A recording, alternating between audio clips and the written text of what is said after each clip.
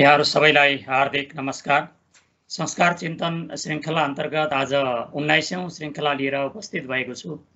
आजको यो 19औं श्रृङ्खलामा अभिवादन कसरी गर्ने भन्ने बारेमा केही संक्षिप्त चर्चा गर्न उपस्थित भएको छु।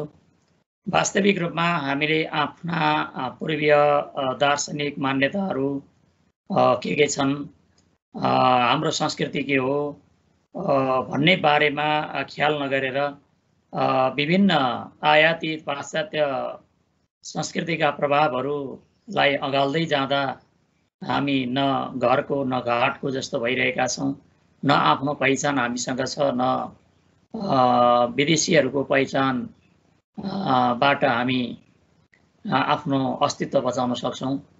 त्यसकारणले गर्दा आफ्नो पहिचानलाई कसरी संरक्षण गर्दै जाने, आफ्नो संस्कार आफ्नो संस्कृतिका बारेमा सचेत हुनुपर्छ भन्ने आशयका साथ यो संस्कार चिन्तन अभियान थालिएको हो।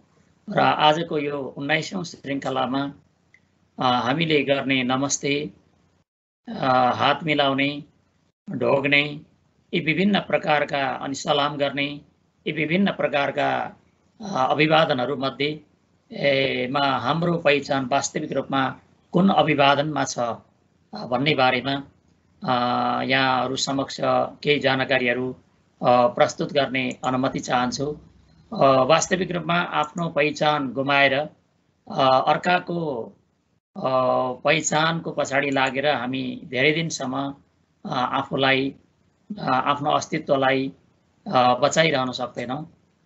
त्यसकारणले पनि हामीले आफ्नो पहिचान कायम गर्नको लागि आफ्ना अभिवादनहरू कसरी गरिँदो रहेछ र अभिवादनका फलहरू के रहेछन् भन्ने बारेमा हाम्रा ऋषिमुनिहरूले प्रवर्तन गरेका मान्यताहरूलाई हामीले आत्मसात गरेर अगाडि बढ्नुपर्छ र अरूका अभिवादनका कुराहरू पनि हामीले बुझ्नुपर्छ। सबैको बुझियो भनेदेखि आफ्नो पनि बुझाइ र अरूको पनि बुझाइमा विभिन्न प्रकारले हामीले त्यसलाई विश्लेषण गरेर फाइदा बेफाइदालाई हामीले अँगालेर अगाडि बढ्न सक्यौँ भने अहिलेको यो भौतिक युगमा, वैज्ञानिक युगमा हामीले कुनै पनि तर्क दिएर तिनको पुष्टि गर्न हामी सक्षम हुनेछौँ। हामीले एक अर्काको सम्मानका लागि अभिवादन त गर्दै आएका छौँ। वास्तविक रूपमा हामीले गर्ने अभिवादन चाहिँ किन औपचारिकतामा मात्र सीमित भएका होलान्, ती दुब्लाउँदै गएका होलान् भन्ने विषयतिर भने हाम्रो ध्यान जान सकेको छैन। अभिवादनप्रति वास्तविक श्रद्धा घट्दै गएका कारण हामीले आफ्नै जीवनप्रति पनि श्रद्धा र विश्वास गर्न नसक्ने परिस्थितिहरू वर्तमानमा निप्टिँदै गएका छन्। हाम्रा मौलिक अभिवादनहरूलाई क्रमशः विदा गर्दै आगन्तुक अभिवादनप्रति हाम्रो ध्यान किन आकृष्ट भइरहेको होला भन्ने बारेमा समेत हामीहरू अझै पनि गम्भीर बन्न सकिरहेका छैनौँ। वैदिक सनातन परम्परामा अभिवादनका 4 प्रकारहरू के होलान्? हाम्रो वैदिक सनातन पद्धतिमा परम्परामा अभिवादनका 4 प्रकारहरू उल्लेख गरिएका छन्। ती मध्येमा वैदिक सनातन पद्धति वा परम्परामा मुख्यतः 4 प्रकारका अभिवादनहरूको चर्चा गरिएको पाइन्छ। 1 नम्बरको अभिवादन हो ईश्वरप्रति गरिने अभिवादन। 2 नम्बरको अभिवादन हो मान्यजनप्रति गरिने अभिवादन। 3 नम्बरको अभिवादन छ समान व्यक्तिका बीचमा गरिने अभिवादन र 4 नम्बर हो आशीर्वादात्मक प्रत्याभिवादन। यसरी गरेर 4 प्रकारका श्रेणीहरू यहाँनिर उल्लेख गरिएका छन्। विशेषतः इसाई धर्मावलम्बीहरूले अवलम्बन गर्ने अभिवादनको अन्धानुकरण गर्नाले वैदिक सनातन पद्धतिमा आधारित उपयुक्त 4 प्रकारका अभिवादनहरू वर्तमानमा क्रमशः दुब्लाउँदै र ओझेल पर्दै गएका देखिन्छन्। हात मिलाउने प्रचलन अहिले बढ्दै गएको छ। यद्यपि अहिले कोरोना महामारीको सङ्कटमा हात मिलाउनु हुँदैन भन्ने बारेमा एउटा धारणा बसेको छ। तथापि कोरोनाका महामारी बीचमा पनि कतिपयले मुठी पारेर मुठी समेत मिलाएको देखिन्छ। यसले गर्दा हाम्रो अभिवादन का मान्यताहरू पछि पर्दै गएका छन् र अभिवादन भनेको हात मिलाउने मात्रै अभिवादन हो, अरू अभिवादन होइन भन्ने हामीलाई जुन भ्रम परेको छ, हात मिलाउने कि नमिलाउने। इसाई धर्मावलम्बीहरूले एक आपसमा अभिवादन गर्दा बिहान गुड मर्निङ भन्ने गर्छन्, मध्याहमा गुड आफ्टरनुन भन्ने गर्छन्, साँझमा गुड इभिनिङ भन्ने गर्छन् र रातमा गुड नाइट भन्दै एक अर्कासँग हात मिलाउने यो परम्परा रहेको छ। राम्रो बिहान, राम्रो मध्याह्न, राम्रो साँझ र राम्रो रात भनेर यसरी अभिवादन गर्दा वास्तवमा यी अभिवादनले नम्र र विनयी भएर झुकाउन चाहिँ सिकाउँदैनन् हामीलाई। यिनले झुकाउन हामीलाई सिकाउँदैनन्, किनकि राम्रो राम्रो राम्रो मात्रै भनेर भएन, हामीले तदनुसारको विनयी भाव र नम्र हुने, झुक्ने यो परम्परा हामीले बिर्सँदै गएका छौँ। यिनै शब्दको अनुवाद गरेर नेपालीमा शुभ बिहानी, शुभ मध्याह्न, शुभ सन्ध्या र शुभरात्रि भन्ने गरिएको पनि पाइन्छ। तर अनुवाद गरिएका कारण यिनमा पनि इसाई अभिवादनकै झझल्को देख्न सकिन्छ। शब्दमा दृष्ट र अदृष्ट गरी दुई प्रकारका फल दिने सामर्थ्य हुन्छ। एउटा तत्काल दृष्ट भनेको तत्काल, अदृष्ट भनेको चाहिँ परोक्ष रूपमा रहने, दुई प्रकारका यी फलहरू रहन्छन् शब्दमा। र तर इसाईमूलक उपयुक्त अभिवादनका शब्दले अदृष्टको त कुरै छाडौँ, दृष्ट वा प्रत्यक्ष फल दिन सक्ने सामर्थ्य वहन गर्न पनि सकिरहेका देखिँदैनन्। कतिपय अवस्थामा यस्ता अभिवादनहरू अव्यवहारिक पनि देखिन्छन्। यो अभिवादन जुनसुकै ठाउँमा राम्रो राम्रो गुड गुड गुड भन्न सकिँदैन। उदाहरणका लागि कुनै व्यक्ति दुर्घटनामा परि मरणासन्न अवस्थामा पुगेको छ वा कसैको मृत्यु भएको छ भने त्यस अवस्थामा पीडित र शोकाकुल परिवार जन र इष्टमित्रलाई भेट गर्न जाँदा र छुट्टिँदा गुड मर्निङ, गुड नाइट आदि भन्दै गरिने अभिवादनहरू अव्यवहारिक देखिन्छन्, किनभने पीडित र शोक सन्तप्त परिवारका सामु गुड शब्दको उच्चारणले के कस्तो नराम्रो प्रभाव पार्छ भनेर हामी सबैले सहजै बुझ्न सक्छौँ। हामीलाई नम्र, विनयी र शिष्ट बनाउन नसक्ने र अव्यवहारिक भएकाले वैदिक सनातन पद्धतिका अनुयायीहरूले good morning, good afternoon, good evening र गुड नाइट भनेर हात मिलाउँदै गरिने अभिवादनहरूलाई आत्मसात गर्नु युक्तिसङ्गत देखिँदैन। रुगाखोकी, कोरोना लगायतका दर्जनौं रोगहरूको सङ्क्रमणबाट बच्नका लागि पनि इसाई पद्धतिको हात मिलाउने संस्कारबाट वैदिक सनातन पद्धतिका अनुयायीहरू सदैव टाढै रहनु आवश्यक छ। जहाँबाट हात मिलाउने प्रचलन सुरु भएको हो त्यहीँका नागरिकहरूले पनि हात मिलाउने प्रचलनलाई न्यून गर्दै गएका छन् भने हामी वैदिक सनातन पद्धतिका अनुयायीहरूले हात मिलाएर अभिवादनको औपचारिकता पुरा गर्न खोज्ने प्रवृत्तिलाई क्रमशः निरुत्साहित गर्दै जानु आवश्यक देखिन्छ। किन सलाम नगर्ने? हाम्रो हिन्दू धर्म पद्धतिका जो अनुयायीहरू हुनुहुन्छ उहाँहरूका लागि हो। जसको सलाम गर्ने पद्धति छ उहाँहरूले सलाम गर्न सक्नुहुन्छ। तर जो आफूलाई हिन्दू धर्म, वैदिक धर्म, सनातन धर्मका अनुयायी मान्छौँ हामीले सलाम गर्नु राम्रो मानिँदैन।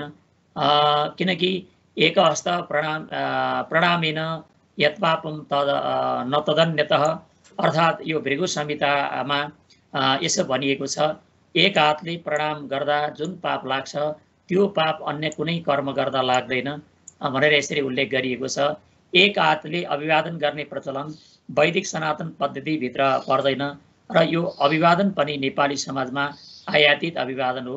विशेषतः सैनिक र प्रहरी सेवामा संलग्न भएका सुरक्षाकर्मीका लागि यस किसिमको अभिवादन अनिवार्य गर्न प्रारम्भ गर्ने काम पाश्चात्य देशहरूबाटै भएको हो। अहिले त्यहाँनिर जो सैनिक र सेना प्रहरीहरूमा हुनुहुन्छ उहाँहरूले अनिवार्य रूपमा यस प्रकारको अभिवादन गर्नु पर्ने बाध्यता रहन्छ। यो अभिवादन गर्ने परम्परा पनि पाश्चात्य देशहरूबाटै आएको हो।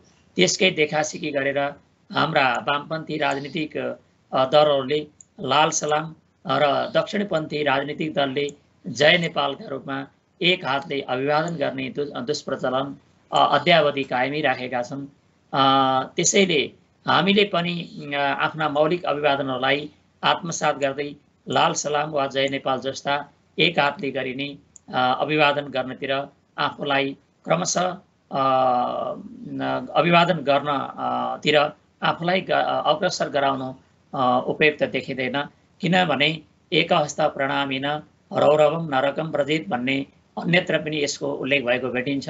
एक हातले जसले प्रणाम गर्छ अर्थात् अभिवादन गर्छ, सलाम गर्छ, त्यस्तो व्यक्ति रौरवम नरकम व्रजित भनेको रौरव नाम गरेको नरकमा जान्छ भन्ने यो पनि हाम्रो शास्त्रीय मान्यतामा कुनै सन्दर्भमा उल्लेख भएको देखिन्छ। त्यसकारणले गर्दा सलाम गर्नु चाहिँ यो उपयुक्त देखिँदैन। यो हाम्रो पद्धतिभित्र पर्दैन, हाम्रो धर्म संस्कृति र वैदिक सनातन पद्धतिभित्र पर्दैन। यस कारणले हामीले सलाम गर्नबाट र हात मिलाउने यो पद्धतिबाट आफूलाई क्रमशः मुक्त गर्दै जानु आवश्यक देखिन्छ। र वरिष्ठ र कनिष्ठलाई किन नमस्ते गर्ने? अब हामीले नमस्ते गर्छौँ, वरिष्ठलाई र कनिष्ठलाई नमस्ते चाहिँ हामीले चाहिँ गर्ने गरिरहेका छौँ। अहिले हामीले अब नमस्ते गरेकालाई प्रत्याभिवादन गर्दा नमस्कारै गरिन्छ, सानाले गरेको नमस्कारलाई पनि। अनि ठुलाले गरेको ठुलाप्रति गरिने हामीले नमस्कार गरिरहेका देखिन्छौँ। हामीले गर्ने परम्परा अँगालिरहेका छौँ र यो परम्परा चाहिँ हामीले किन नगर्ने त भन्ने बारेमा केही सन्दर्भ यहाँनिर उल्लेख गरौँ। नमः स्पलस्ते, त्यही भनेको तिमीलाई, नमः भनेको नमस्कार छ भनेर नमस्ते शब्दको बनेको छ। नमः शब्दको अर्थ झुक्नु वा शिर झुकाउनु हो र भने त्यहीको अर्थ तिम्रा लागि भन्ने अर्थ हुन्छ। तिम्रा लागि मैले शिर झुकाउँछु भनेर आफ्ना मान्यजनलाई तिमी शब्दको प्रयोग गर्न नमिल्ने र आफूभन्दा सानालाई नमः भनेर शिर झुकाउन उपयुक्त नहुने भएका कारणले गर्दा समान तहका सहपाठी वा सहकर्मी साथीहरूका बिचमा मात्र नमस्ते शब्दको प्रयोग गर्नु उपयुक्त देखिन्छ। किनभने नमः भनेको झुक्नु, नमः भनेको झुक्ने र त्यही भनेको तिमीप्रति म झुकेको छु भनेर यसको चाहिँ तिम्रा लागि म झुकिरहेको छु भन्ने यसको आशय हो। र अब आफ्ना मान्यजनलाई तिमी शब्दको प्रयोग गर्न नमिल्ने भएको हुनाले नमस्ते प्रयोग गर्नु उपयुक्त देखिँदैन। र चाहिँ अब आफूभन्दा सानाको लागि नमः भनेर शिर झुकाउनु पनि उपयुक्त नहुने भएको हुनाले यो नमस्ते शब्द आफूभन्दा मान्यजन र आफूभन्दा तल्लो स्तरका व्यक्तिसँग यो शब्दको प्रयोग गर्नु उपयुक्त देखिँदैन।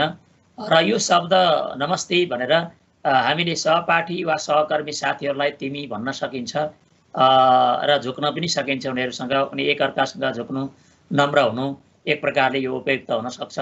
हुन त हाम्रा वेदमा नमस्ते रुद्रमन्य भनेर शुक्ल यजुर्वेदमा को 16औं अध्यायको चाहिँ पहिलो मन्त्रमा र नमः स्वभ्यः स्वपति व्यस्स भनेर चाहिँ 16औं अध्यायकै 28औं यो मन्त्रमा भगवान रुद्रलाई मात्रै होइन कुकुरलाई समेत शिर झुकाउने भन्ने अर्थमा नमः शब्दको प्रयोग गरिएकाले मान्यजन र प्रियजनलाई समेत नमस्ते भन्न कुनै पनि आपत्ति छैन भन्ने तर्क पनि हाम्रो सामु उपस्थित हुन सक्ला। तर त्यो वैदिक मन्त्रमा जुन प्रयोग भएको हो त्यो नमस्ते भन्ने शब्द एकेश्वरवादीका दृष्टिकोणले त्यहाँ प्रयुक्त भएको उपयुक्त देखिन्छ। हामी सबै एउटै ईश्वरका सन्तान हौँ, एउटै ईश्वरको हामी चाहिँ सन्तति हौँ भन्ने अर्थमा एकेश्वरवादीका दृष्टिले उपयुक्त देखिन्छ। ईश्वर भिन्न कुनै पदार्थ नै नभएका खण्डमा एउटै हुन्, ईश्वरकै अंश हौँ हामी भनेर एक अर्काप्रति कुकुरहरू, बिरालाहरू, सर्प, जीवजन्तु जे जस्ता छन् यी सबै चाहिँ र मान्छे यी सबै चाहिँ के हुन् भने ईश्वरकै अंश हुन् भनेर एकेश्वरवादीका दृष्टिकोणले एक अर्काप्रति यो नमन गर्नु एक प्रकारको उपयुक्त हो। ईश्वर भिन्न कुनै पदार्थ नै नभएका खण्डमा वरिष्ठ वा कनिष्ठ भन्ने पर्खाल नै त्यहाँनिर खडा हुँदैन। ईश्वर भिन्न सबै ईश्वरकै अंश हुन्, सबै ईश्वरै हुन् भनेर हामीले त्यो चिन्तन गर्न सक्यौँ। त्यति उच्च तहमा हामी पुग्न सक्यौँ भने वेदमा भनिए अनुसार नमस्ते भनेर हामीले कुकुरलाई पनि भन्न सक्छौँ र अत्यन्त मान्यजनलाई पनि हामीले नमस्ते शब्दको प्रयोग गर्न सक्छौँ। त्वमेव माता च पिता त्वमेव त्वमेव बन्धुश्च सखा त्वमेव भनेर ईश्वरका लागि पनि तिमी शब्दको प्रयोग गरिएको देखिन्छ। ईश्वरका लागि प्रयोग गरिएको तिमी शब्द मान्यजनका लागि प्रयोग गर्नु उपयुक्त हुँदैन, किनभने मान्यजन व्यक्ति भएकाले सबै मान्यजनमा एकेश्वरवादी जस्तो ऐक्यभाव वा समभाव रहन सक्दैन। त्यस कारणले गर्दा हामीले मान्यजनलाई जसरी तिमी भन्न सक्दैनौँ, तिमी भनेर हामीले प्रयोग गर्नु उपयुक्त हुँदैन, तिमी भन्नु हुँदैन। एकेश्वरवादीकै सन्दर्भमा त्यो दृष्टिकोण हामीमा विकसित हुन सक्यो, हामी त्यो कोणमा चाहिँ हामी त्यो कोटीमा हामी चढ्न सक्यौँ, उच्चतामा हाम्रो चाहिँ विचार चाहिँ जान सक्यो भने त्यो सन्दर्भमा चाहिँ नमस्ते भन्नु उपयुक्त छ। तर हामी त्यो सन्दर्भमा जान नसक्ने ईश्वर र मालिक र नोकरको चाहिँ एक प्रकारको सम्बन्ध कायम रहिरहने जुन परम्परा छ हामीमा, परिवारदेखि लिएर समाजमा, देशमा, विश्वमा, यो परम्पराले गर्दा हामीले एकेश्वरवादी चिन्तनमा उठ्न सक्नु र व्यवहार गर्न सक्नु गाह्रो छ। त्यस कारणले गर्दा नमस्ते प्रयोग गर्नु उपयुक्त मानिँदैन। बाल्य अवस्थामा अबोध छोराछोरीले, सम्भोगका अवस्थामा नारीहरूले अनि स्तोत्रहरूको रचना गर्दा कविहरूले र योद्धाहरूले मान्यजनलाई पनि तँ वा तिमी शब्दको प्रयोग गर्न सक्छन्। यी 4 अवस्थामा सकिन्छ। अबोध चाहिँ छोराछोरीले तँ भनेर तिमी भनेर प्रयोग गर्न सक्छन्, किन उनीहरूलाई थाहा हुँदैन। अनि सम्भोगका अवस्थामा नारीहरूले चाहिँ श्रीमानलाई तिमी शब्द वा तँ शब्दको नि प्रयोग गर्न सक्छन्। अनि स्तोत्रहरूमा पनि कविहरूले रचना गर्दा तँ वा तिमी शब्दको प्रयोग गर्न सक्छन्। र युद्धमा योद्धाहरूले आफ्ना मान्यजनलाई पनि तँ वा तिमी शब्दको प्रयोग गर्न सक्छन्। यी 4 ठाउँमा तँ वा तिमी शब्दको प्रयोग गर्न सकिन्छ। तर ब्राह्मणलाई चुप लाग भनेर हप्काउने र विद्वता र उमेरका दृष्टिले समेत पूजनीय व्यक्तिलाई तँ वा तिमी भनेर शब्दको प्रयोग गर्नु उपयुक्त मानिँदैन। त्योभन्दा ठुलो अपमान केही पनि होइन। यदि यस्तो प्रयोग गरेका खण्डमा प्रयोग गर्ने व्यक्तिले प्रायश्चित स्वरूप तत्काल स्नान गरेर दिनभर भोजन गर्नु हुँदैन र खुट्टा छोएर ढोक गरी उनीहरूसँग क्षमा माग्नुपर्छ भन्ने कुरा मनुस्मृतिमा 11औं अध्यायको 204औं श्लोकमा यो उल्लेख गरिएको छ। हुङ्कारं ब्राह्मण स्योक्त्वा त्वङ्कारं च गरी यश स्नात्वा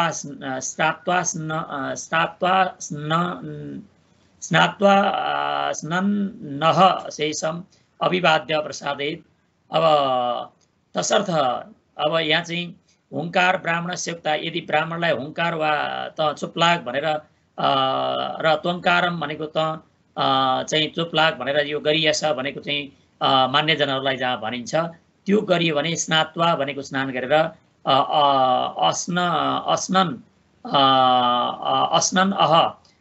अनस्नन अह भनेको चाहिँ यो चाहिँ नखाइकन स्नात्वा नस्नन्नः शेषम अभिवाद्य। स्नात्वा नस्नन हो है, स्नात्वा नस्नन अह शेषम अभिवाद्य प्रसादेत। स्नात्वा भनेको चाहिँ स्नान गरेर, अनस्नन भनेको नखाइकन, अह भनेको दिनभरि, शेषम भनेको बाँकी चाहिँ त्यस पछाडि अब अभिवादन भनेको ढोगेर उनीहरूलाई प्रसाद भनेको खुसी ल्याउनुपर्छ भन्ने यो मनुस्मृतिको 11औं अध्यायको 204औं श्लोकमा यो कुरा उल्लेख गरिएको छ। त्यसै कारणले गर्दा निराकार ईश्वरका लागि तिमी शब्दको प्रयोग गर्न सकिए पनि साकार मान्यजनका लागि तिमी शब्दले युक्त नमस्ते शब्दको प्रयोग गर्नु हुँदैन भने आफूभन्दा कनिष्ठका लागि पनि नमस्ते शब्दको प्रयोग गर्नु उपयुक्त हुँदैन। हामीले आफ्नो व्यवहारमा विशेषतः आफ्ना सहपाठी र सहकर्मी साथीहरूका बीचमा मात्र नमस्तेको अभिवादन आदान प्रदान गर्नु उपयुक्त देखिन्छ। हामीले यस कुरालाई ख्याल गरिरहेका छैनौँ। साष्टाङ्ग प्रणाम चाहिँ किन गर्ने? हाम्रा 8वटा अङ्ग झुकेर प्रणाम गर्ने विषयलाई साष्टाङ्ग प्रणाम भनिएको हो। पहिला चिठीहरू लेख्दा आमा बुवालाई चाहिँ साष्टाङ्ग दण्डवत प्रणाम, दण्डवत भनेको चाहिँ लौरो जस्तै त्यो चाहिँ नुगेर एकदम चाहिँ भुइँमा पसारिएर एक प्रकारले चाहिँ भुइँमा चाहिँ त्यसरी लम्पसार पसेर गरेर त्यसरी भगवानलाई चाहिँ नमस्कार गर्ने पनि यो परम्परा अहिले यो तराईतिर हाम्रो नेपालमै पनि तराईतिर जानकी मन्दिरको वरिपरि यी चाहिँ भेटिन्छन्। भक्तजनहरू त्यसरी भूमि नापेर अझ भूमि नाप्दै आफ्नो शरीरको चाहिँ लम्बाइ नाप्दै लम्पसार पर्दै पर्दै गएर भगवानको दर्शन गर्ने त्यस्ता भक्तहरू पनि अझ नेपालमा भेटिन्छन् र भारतमा त यस प्रकारको चाहिँ दण्डवत प्रणाम गर्ने झुक्ने यो परम्परा अझ व्यापक देखिन्छ। उरसा शिरसा दृष्ट्या मनसा वचसा तथा पदभ्याम कराभ्याम जानुभ्याम प्रणामो अष्टाङ्ग उच्यते। अब उरसा भनेको चाहिँ छाती छातीले, शिरसा भनेको शिरले, अब त्यसपछि चाहिँ दृष्ट्या भनेको चाहिँ आँखाले, मनसा भनेको चाहिँ मनले, अनि त्यसपछि वचसा भनेको वचनले, अनि कराभ्याम भनेको दुवै हातले, अनि जानुभ्याम भनेको चाहिँ दुवै खुट्टाले र त्यसपछि यी चाहिँ दुवै खुट्टाले र दुवै घुँडाले। अब यी चाहिँ 8 अङ्गद्वारा गरिने प्रणामलाई के भनिन्छ, यो साष्टाङ्ग प्रणाम भनिन्छ। यहाँ 1 2 3 4 5 6 7 अनि 8 है। अब यसलाई खुट्टा भन्दा घुँडा भनेर, घुँडा झुकाएर चाहिँ हामीले चाहिँ घुँडा चाहिँ तल झुकाएर यसरी गर्नुपर्छ। छातीले, शिरले 2 3 4 5 6 7 8।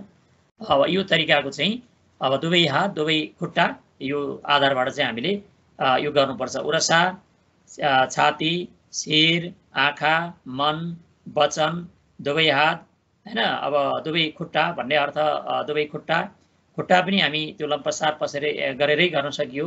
कराभ्याम भनेको चाहिँ हात चाहिँ दुवै हातले, र जानुभ्याम भनेको चाहिँ घुँडा पनि। यसरी गरेर चाहिँ हामीले 1 2 3 4 5 6 7 8 यसरी चाहिँ 8वटा चाहिँ अङ्ग, 8वटा अङ्ग भनेको चाहिँ यो अङ्गलाई यसरी चाहिँ लिएको हो। एउटा, दुईटा शिर, 3टा आँखा, अनि यो 4, अनि यो वचन 5, अनि यो खुट्टा 6, कर चाहिँ भनेको हात 7, अनि जानु भनेको चाहिँ यो घुँडा गरेर यसरी 8वटा अङ्गहरू हामी चाहिँ पृथ्वीमा लम्पसार गरेर यसरी गर्ने गर्छौँ। र यो आन्निक सूत्रावलीमा यसरी उल्लेख गरिएको छ।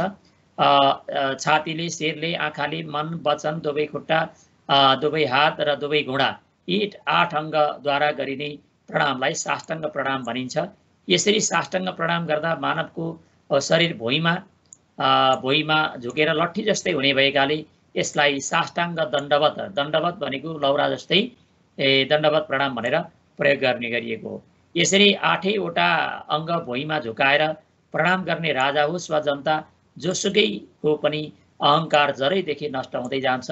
हामी यसरी झुक्न सकिरहेका छैनौँ। अहिले हामीले चाहिँ अब ढोग्न पनि छाडिसक्यौँ, ढोग्न पनि दिन छाडिसके हाम्रा आमा बुवाहरूले छोराछोरीहरूलाई ढोग्नु हुँदैन, ढोग्न पर्दैन भनेर हातमा ढोग्न सिकाउँदैछन्।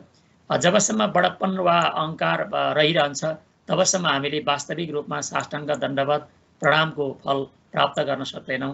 देवतालाई भन्दा पनि आफूलाई बढ्ता सिँगारेर अनि शरीरभरि गहना लगाएर मन्दिरमा देवताको दर्शन गर्न जानु भनेको आडम्बर प्रदर्शन गर्नु हो।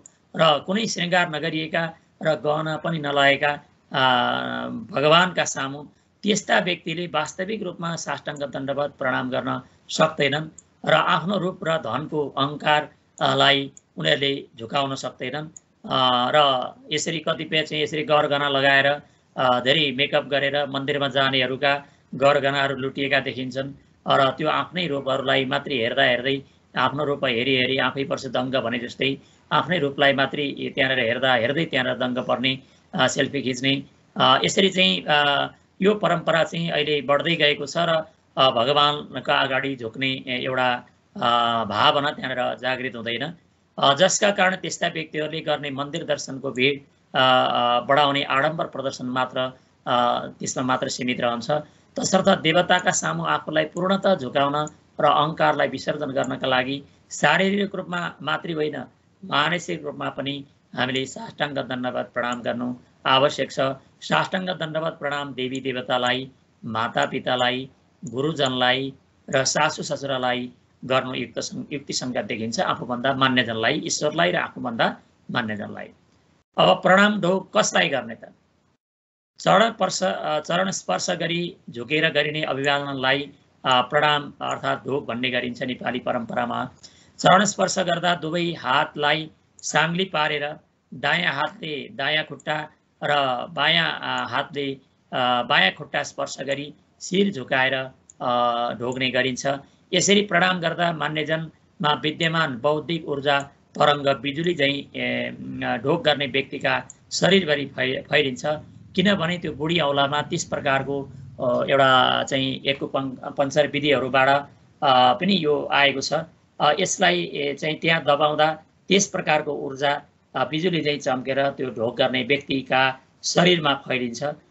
छोरी ज्वाइँ भान्जा भान्जी नातिनी आदिलाई चरण स्पर्श गरेर नै ढोग गर्ने प्रचलन नेपाली समाजमा अझैसम्म जीवित रहेको छ। तर आफूलाई शिक्षित सहरिया र क्रान्तिकारी ठान्ने कतिपय छोरी ज्वाइँ भान्जा भान्जी र नातिनीहरूले आफूलाई ढोग्न दिनु हुँदैन भनेर खुट्टानी नदिने दुष्प्रचलन पनि क्रमशः बढ्दै जान थालेको छ। यो नेपाली संस्कृतिको यो पृथक पहिचान हो। शाक्त परम्परा अर्थात् नेपालको चाहिँ परम्परामा यो भिन्न संस्कृतिको रूपमा विकसित भएको छ, जसका कारण नेपाली समाजमा मान्यजनलाई ढोग गर्ने प्रचलन सङ्कटमा पर्दै गएको देख्न सकिन्छ।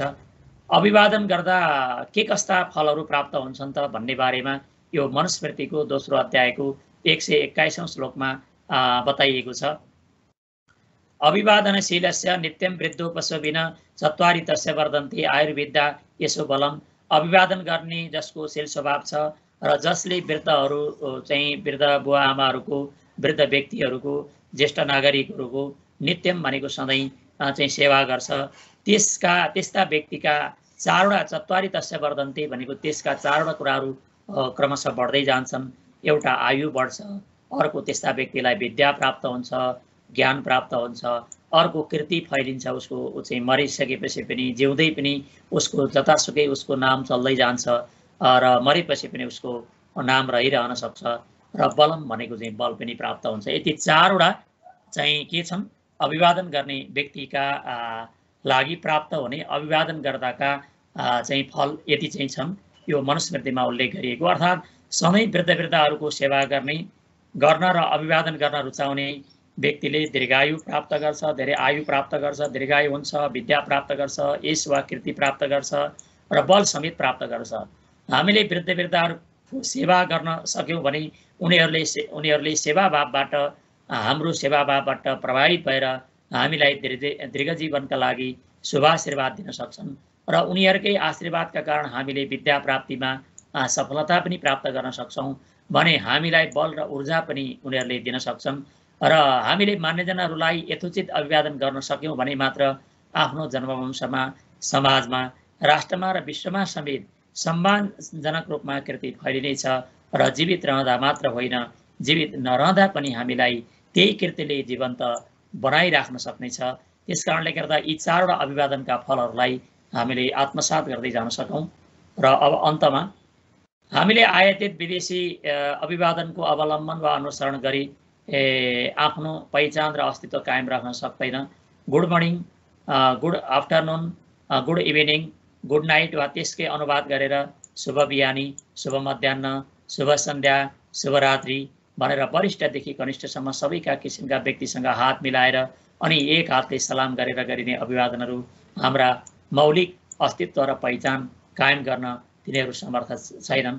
तसर्थ हाम्रो वैदिक सनातन पद्धतिमा प्रचलित मुख्यतः 4 प्रकारका अभिवादनहरूमध्ये विशेषतः देवी देवताका लागि साष्टाङ्ग दण्डवत प्रणाम, मान्यजनका लागि प्रणाम, समान स्तरका व्यक्तिका लागि नमस्ते वा नमस्कार र आफूभन्दा कनिष्ठ व्यक्तिहरूका लागि भाग्यमानी भए, जय होस्, शुभाशिष आदि भनेर प्रत्यभिवादन गर्नु उपयुक्त देखिन्छ।